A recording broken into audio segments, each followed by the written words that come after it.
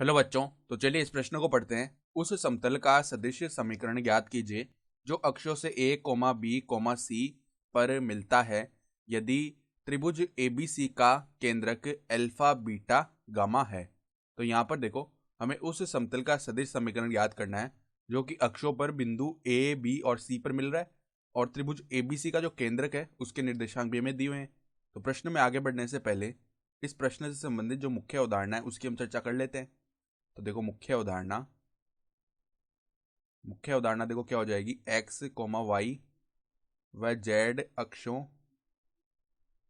अक्षों क्रमशः क्रमशः ए बी व सी अंतःखंड वाले समतल का समीकरण क्या होता है। वाले समतल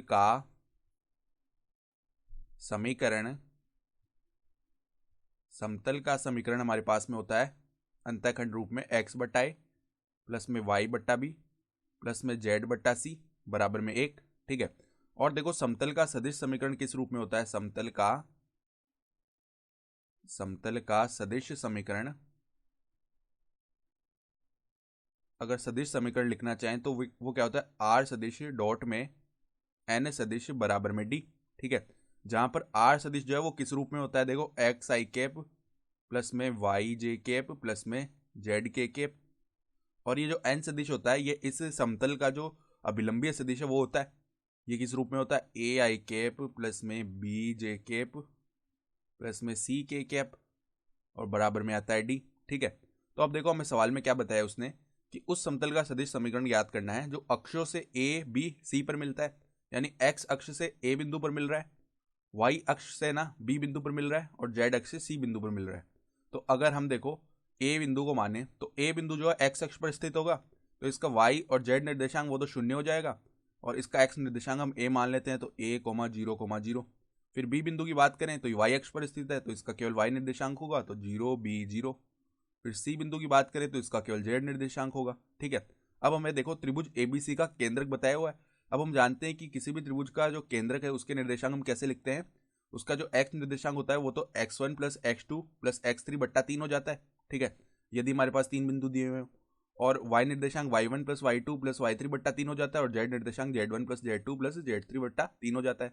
तो अगर देखो इसका केंद्रक दिया हुआ है तो हम यहाँ पर अगर इसके निर्देशांक लिखे, देखो बिंदुओं ए बी सी के निर्देशांकों से, तो a प्लस जीरो बट्टा तीन ये तो x निर्देशांक होगा, comma zero plus B plus zero बट्टा तीन ये y निर्देशांक होगा, कोमा जीरो प्लस जेड बट्टा में, यहाँ पे देखो जेड नहीं, यहाँ पे हम सी लिख लेते हैं। ठीक है, यहाँ पे सी बट्टा में तीन। तो ये आएंगे इसके निर्देशांक। ये किसके बराबर होगा। Alpha beta gamma.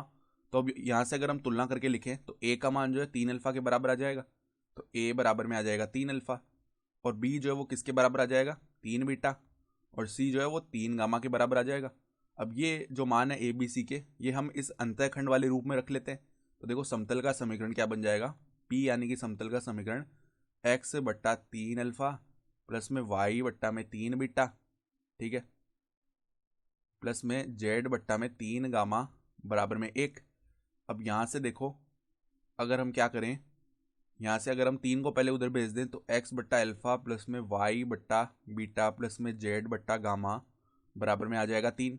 अब यहाँ से हम लेसर ले लेते हैं तो अल्फा बीटा गामा उस तरफ जाएगा। ठीक है, और जो एक्स का गुणा है उसमें क्या लिखा आएगा, बीटा गामा एक्स। ठीक है, प्लस में वाई की गुणा में क्या आएगा, अल्फा गामा वाई, प्लस में जेड की गुणा में क्या आएगा, अल्फा बीटा जेड बराबर में क्या बन जाएगा, तीन अल्फा बीटा गामा। ये बन जाएगा।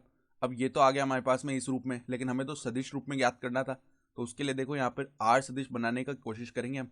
तो पहले आर सदिश बनाते हैं। तो एक्स आई कैप प्लस में वाई जे कैप प्लस में जेड के कैप, इसको हमने अलग निकाल लिया है।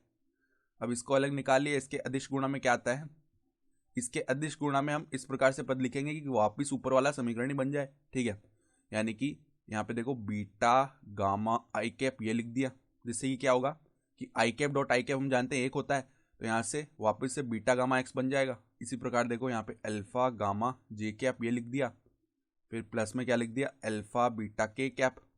तो ऐसा लिखने से क्या होगा, इनका हम पुनः आदेश गुणा करेंगे तो ऊपर वाला पद ही बन जाएगा, और बराबर में क्या है 3 अल्फा बीटा गामा। तो अब इसको तो हम आर सदिश बोल लेते हैं, तो आर सदिश डॉट में बीटा गामा आई कैप प्लस में अल्फा गामा जे कैप प्लस में अल्फा बीटा के कैप, और ये किसके बराबर आ जाएगा 3 अल्फा बीटा गामा के। तो ये आ गया हमारा अभिष्ट सदिश समीकरण। ठीक है, तो आशा करता हूँ कि आपको ये प्रश्न समझ में आया होगा। धन्यवाद।